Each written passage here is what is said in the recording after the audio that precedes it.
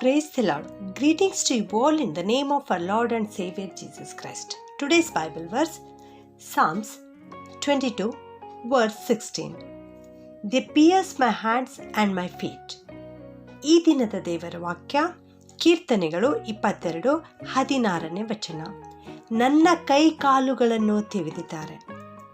ಈ 22ನೇ ಕೀರ್ತನೆಯನ್ನು ದಾವೀದ ಅರಸನು ಪವಿತ್ರಾತ್ಮನ ಪ್ರೇರಣೆಯಿಂದ ಬರೆದಿರ್ತಕ್ಕಂಥ ಕೀರ್ತನೆ ಇದಾಗಿದೆ ಪ್ರಿಯರೇ. ಘೋರ ಬಾಧೆಗೆ ಒಳಗಾಗಿರ್ತಕ್ಕಂಥ ಒಬ್ಬ ಭಕ್ತನ ಮನಪೂರ್ವಕವಾದ ಪ್ರಾರ್ಥನೆ ಎಂಬುದಾಗಿ ತಲೆ ಬರಹದಿಂದ ಇದು ಪ್ರಾರಂಭವಾಗಿರುವುದಾದರೂ ಇದು ಯೇಸು ಕ್ರಿಸ್ತನ ಕುರಿತು ಬರೆದಿರ್ತಕ್ಕಂಥ ವಾಕ್ಯವಾಗಿದೆ ಪ್ರಿಯರೇ.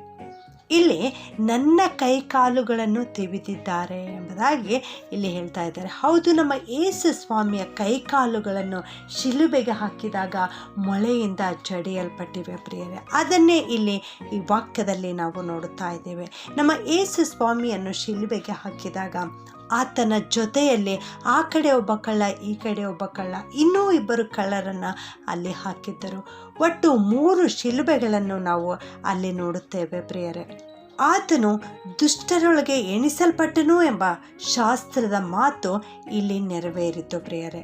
ನಾವು ನಮ್ಮ ಕಣ್ಣುಗಳನ್ನು ಎತ್ತಿ ಪರ್ವತಗಳ ಕಡೆಗೆ ನೋಡುತ್ತೇನೆ ಎಂಬುದಾಗಿ ಕೀರ್ತನೆ 121:1 ನೋಡುತ್ತೇವೆ. ಈ ಲೋಕದಲ್ಲಿ ಅನೇಕ ಪರ್ವತಗಳಿರಬಹುದು, ಆದರೆ ನಾವು ನೋಡ್ತಕ್ಕಂಥ ಈ ಪರ್ವತ ಇದು ಗೋಲ್ಗೊತ್ತಾ ಗುಡ್ಡವಾಗಿದೆ ಪ್ರಿಯರೇ. ಕಪಾಲ ಸ್ಥಳವೆಂದು ತಿಳಿದು ಈ ಲೋಕದವರು ಅದಕ್ಕೆ ಅಸಡ್ಡೆ ಮಾಡ್ತಕ್ಕಂಥ ಸ್ಥಳ ಗೋಲ್ಗೊತ್ತಾ ಗುಡ್ಡವಾಗಿದೆ ಪ್ರಿಯರೇ. ರೋಮಾಯರು ಅಪರಾಧಿಗಳನ್ನು ಇಲ್ಲಿ ತಂದು ಜೀವಂತವಾಗಿ ಶಿಲುಬೆಗೆ ಏರಿಸ್ತಕ್ಕಂಥ ಸ್ಥಳ ಇದಾಗಿದೆ ಪ್ರಿಯರೇ. ಅವಿಶ್ವಾಸಿಗಳಿಗೆ ಈ ಗುಡ್ಡ ಆತಂಕದ ಗುಡ್ಡವಾಗಿದೆ, ಆದರೆ ವಿಶ್ವಾಸಿಗಳಾದ ನಮಗೆ ಇದು ರಕ್ಷಣೆಯ ಗುಡ್ಡವಾಗಿದೆ ಪ್ರಿಯರೇ.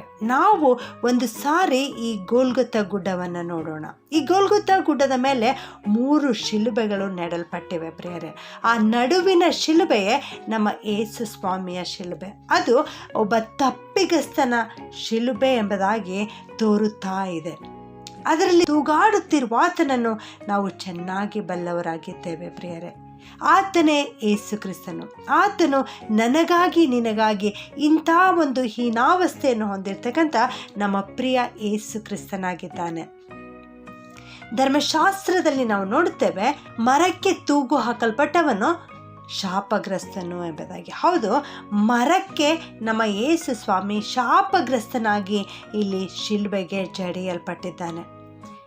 ಆತನು ದೇವರ ಮಗನಾಗಿದ್ದಾಗ್ಯೂ ಕೂಡ ನನಗಾಗಿ ನಿನಗಾಗಿ ದಾಸನ ರೂಪವನ್ನು ಧರಿಸಿಕೊಂಡು ತಪ್ಪುಗಾರನಂತೆ ಶಿಲುಬೆಯಲ್ಲಿ ಜಡಿಸಿಕೊಳ್ಳಲ್ಪಟ್ಟಿದ್ದಾನೆ ಪ್ರಿಯರೇ. ಈ ರೀತಿ ಆತನು ಮನಸ್ಸು ಮಾಡಿರುವುದು ನನ್ನನ್ನು ನಿನ್ನನ್ನು ಪಾಪದಿಂದ ಬಿಡಿಸುವುದಕ್ಕಾಗಿಯೇ. ಹೀಗಿರುವಾಗ ನಾವು ಇನ್ನು ಮುಂದೆ ಪಾಪ ಮಾಡುವುದು ಬೇಡ. ಯಾವ ಅಕ್ರಮಕ್ಕೂ ನಮ್ಮ ಬಳಿ ಸುಳಿಯದಂತೆ ನಾವು ನೋಡಿಕೊಳ್ಳೋಣ ಪ್ರಿಯರೇ. ಆತನು ನಮ್ಮನ್ನು ನಮ್ಮ ಪಾಪದಿಂದ ಬಿಡಿಸುವುದಕ್ಕಾಗಿ ಬಂದಿರತಕ್ಕಂಥ ಸದ್ಗುರುವಾಗಿದ್ದಾನೆ. ನ್ಯಾಯ ಪ್ರಮಾಣ ಮೀರುವವರೆಲ್ಲರೂ ಶಾಪಗ್ರಸ್ತರು. ಶಾಪಕ್ಕೆ ಒಳಗಾದ ನನ್ನನ್ನು ನಿನ್ನನ್ನು ಪರಮ ಆಶೀರ್ವಾದವನ್ನು ಕೊಡುವುದಕ್ಕಾಗಿಯೇ ಯೇಸು ಸ್ವಾಮಿ, ಯಾವ ಪಾಪ ಜ್ಞಾನವಿಲ್ಲದಂಥ ಯೇಸು ಸ್ವಾಮಿ ಶಾಪಗ್ರಸ್ತನಾದನು. ಈ ಭೂಮಿಯಲ್ಲಿ ಇರ್ತಕ್ಕಂಥ ಜನರು ಆತನನ್ನು ನೋಡಿ ತಿರಸ್ಕರಿಸಿದರು.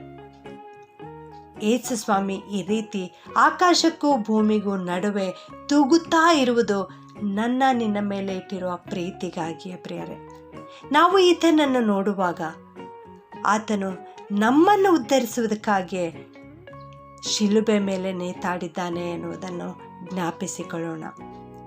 ಆದಾಮನು ಮಾಡಿರ್ತಕ್ಕಂಥ ತಪ್ಪಿಗಾಗಿ ಆದಾಮನ ಸಂತತಿಯವರು ಆ ಘಟಸರ್ಪದ ಕಡಿತದಿಂದ ಆ ಘಟಸರ್ಪದ ವಿಷ ತಲೆಗೇರಿ ಪಾಪದಲ್ಲಿ ಅಕ್ರಮದಲ್ಲಿ ಸತ್ತು ಮಲಗಿದ್ದಾರೆ. ಅವರನ್ನು ಬದುಕಿಸುವುದಕ್ಕಾಗಿ ನಮ್ಮ ಪ್ರಿಯ ರಕ್ಷಕನಾದ ಯೇಸು ಸ್ವಾಮಿ ವಿಮೋಚಕನಾಗಿ ಶಿಲುಬೆಯ ಕಂಬದ ಮೇಲೆ ತನ್ನನ್ನು ತಾನು ಇಡುವುದಕ್ಕೆ ಒಪ್ಪಿದ್ದಾನೆ ಪ್ರಿಯರೇ.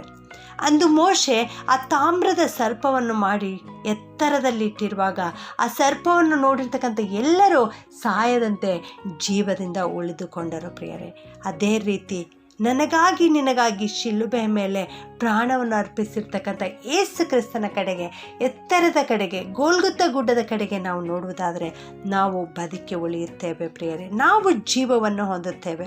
ಈ ಶಿಲುಬೆಯ ಮರವನ್ನು ನಾವು ನೋಡುತ್ತಿರುವಾಗ ನಮ್ಮ ಜ್ಞಾಪಕಕ್ಕೆ ಬರುತ್ತದೆ ನಮ್ಮ ಆದಿ ತಾಯಿಯಾದ ಹವ್ವಳು ಆ ಜ್ಞಾನವನ್ನು ಹುಟ್ಟಿಸ್ತಕ್ಕಂಥ, ಒಳ್ಳೆಯದು ಕೆಟ್ಟದರ ಅರುಹನ್ನು ಹುಟ್ಟಿಸ್ತಕ್ಕಂಥ ಆ ಮರದ ಹಣ್ಣನ್ನು ಕಡಿದುಕೊಂಡು ತಿಂದದ್ದನ್ನು ನೆನಪಿಸಿಕೊಳ್ಳುತ್ತೇವೆ.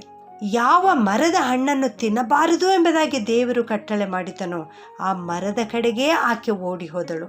ಆದ್ದರಿಂದಲೇ ಆಕೆ ತನ್ನ ಕಾಲಿನಿಂದ ಓಡಿ ಹೋದದಕ್ಕಾಗಿ ಯೇಸು ಸ್ವಾಮಿ ತನ್ನ ಕಾಲುಗಳನ್ನು ತಿವಿಯಲಿಕ್ಕೆ ಒಪ್ಪಿಸಿಕೊಟ್ಟಿದ್ದಾನೆ, ಮೊಳೆಗಳಿಂದ ಜಡಿಯಲಿಕ್ಕೆ ಒಪ್ಪಿಸಿಕೊಟ್ಟಿದ್ದಾರೆ.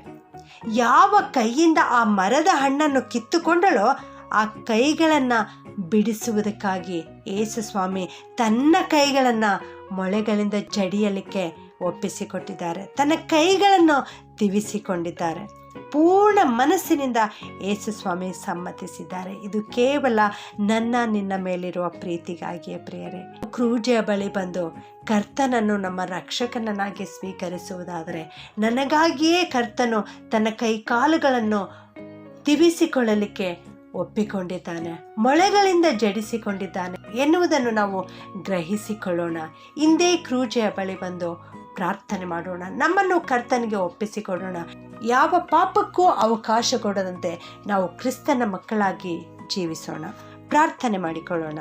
ಪ್ರೀತಿಯ ಪರಲೋಕದ ತಂದೆಯಾದ ದೇವರೇ, ಇಡೀ ಲೋಕದ ಪಾಪವನ್ನು ನಿಮ್ಮ ಮೇಲೆ ಹೊತ್ತುಕೊಂಡು ನಮ್ಮ ಪಾಪವನ್ನು ಪರಿಹರಿಸಿರುವಂಥ ಯೇಸು ಕರ್ತನೆ, ನಿಮಗೆ ಸ್ತೋತ್ರ ಉಂಟಾಗಲಿ ಸ್ವಾಮಿ.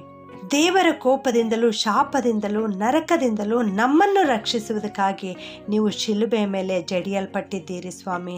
ಅದಕ್ಕಾಗಿ ನಿಮಗೆ ಸ್ತುತಿ ಸ್ತೋತ್ರವನ್ನು ಸಲ್ಲಿಸ್ತೇವಪ್ಪ.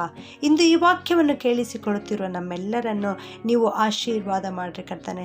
ನಮ್ಮ ಜೀವಿತದಲ್ಲಿ ಬರುವ ಎಲ್ಲ ಶೋಧನೆಗಳಲ್ಲಿ ಅವುಗಳನ್ನು ಜಯಿಸಲಿಕ್ಕೆ ಶಿಲುಬೆಗೆ ಜಡಿಯಲ್ಪಟ್ಟ ನಿನ್ನನ್ನು ದೃಷ್ಟಿಸಿ ನಾವು ಉಪಶಮನ ಹೊಂದಲಿಕ್ಕೆ ನಮಗೆ ಸಹಾಯ ಮಾಡು ಸ್ವಾಮಿ. ನಿನ್ನಲ್ಲಿಯೇ ವಿಶ್ವಾಸವಿಟ್ಟು ಪಾಪದ ಸ್ವಭಾವವನ್ನು ಬಿಟ್ಟು ನಿನ್ನ ಮಕ್ಕಳಾಗಿ ಜೀವಿಸಲಿಕ್ಕೆ ನಮಗೆ ಸಹಾಯ ಮಾಡಪ್ಪ. ಈ ಪ್ರಾರ್ಥನೆಯನ್ನು ಯೇಸುವಿನ ಒಂದೇ ನಾಮದಲ್ಲಿ ಬೇಡುತ್ತೇನೆ ತಂದೆಯೇ, ಆಮೆನ್.